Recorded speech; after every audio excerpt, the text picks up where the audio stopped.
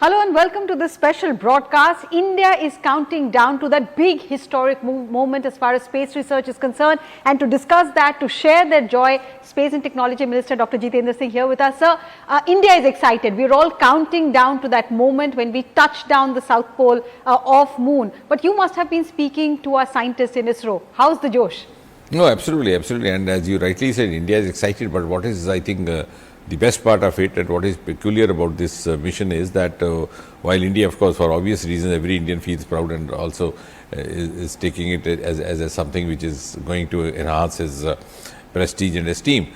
But the matter of fact is that actually the entire world is now looking up to Chandrayaan, and they have a lot of expectations. So there's a lot of enthusiasm, a lot of inquisitiveness, a lot of curiosity, because this Chandrayaan series is known to get home inputs which are quite exclusive, which have not been obtained by the earlier missions, and that has been the record even with the Chandrayaan 1, which discovered the evidence of the presence of water molecules through spectrometry, which was something new even for the American scientists, even though they had already landed a human being on the surface of the moon way back in 1969. So this time, as you rightly said, the location of this landing is absolutely virgin.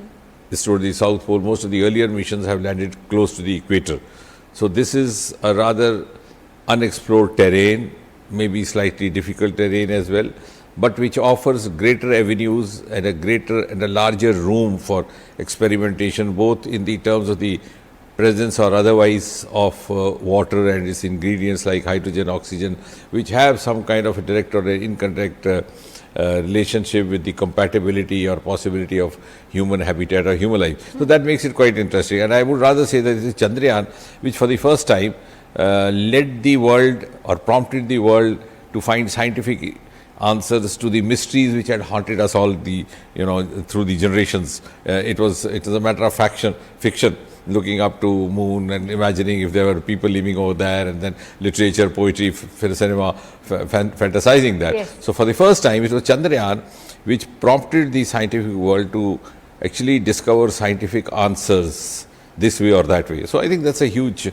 breakthrough. Sir, but for a layman, if you could help us understand, our people in villages, in small towns, they all know that, this is a big moment for India's space research. But how is this going to benefit the common Indian? Why should he or she be excited? You see, there are a number of reasons. Of course, broadly speaking, some people say, what happens if it goes there, or how does it help us? That this is a multifactorial implication. The outcomes are going to be multifactorial. And under Prime Minister Modi, the manner in which the Space Department, like many other departments, has been opened up, to all these stakeholders. I mean, for example, could you imagine till a few years ago, now we had about more than 1,000 media persons watching the launch inside the premises, whereas till a few years ago, they were even forbidden from peeping inside the gate of Sri. So, Prime Minister Modi has done one good thing, and that has enabled us to find a milieu where we could give vent to all our resources, our aptitudes, our talents. And therefore, when today space economy is another emerging area, even by the means of launching of the European satellites, we have earned more than about 250 million euros or so, and likewise from the American satellites. So we are now launching satellites of the countries which had actually launched themselves in the space much more before, several years before us. So that is one part. The second part is that now under Prime Minister Modi, since in the last 9-10 years, India has assumed a global role, and the acceptability of that global role has also occurred. Well, till about a decade back, we were not taken seriously, whether it was space science, whether it was clean energy, whether it was climate. These were newer or recent issues, and India was considered to be alien to them, or maybe didn't have the capacity or aptitude to address these issues. Now we are taking a lead. Prime Minister talks about climate in COP meetings. He lays down the net zero target for 2070. And likewise, when he goes to Washington, D.C., it is the American side which makes the offer for an Indian astronaut to accompany to the space station. So India not only has assumed a global role, it has now been accepted as a global player, rather a global leader.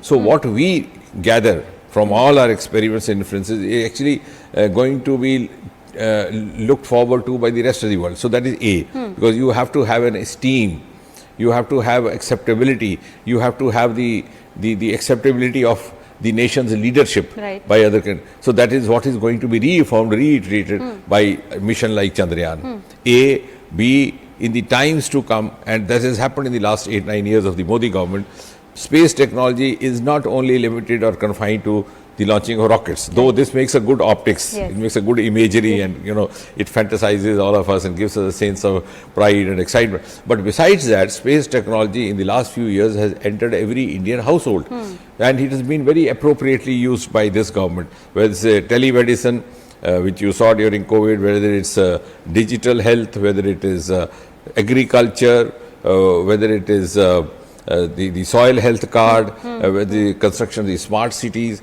laying down of the rail tracks, Swamit program, which revolutionized the entire mapping, the geospatial policy. So the entire economic and infrastructural culture also has undergone a change.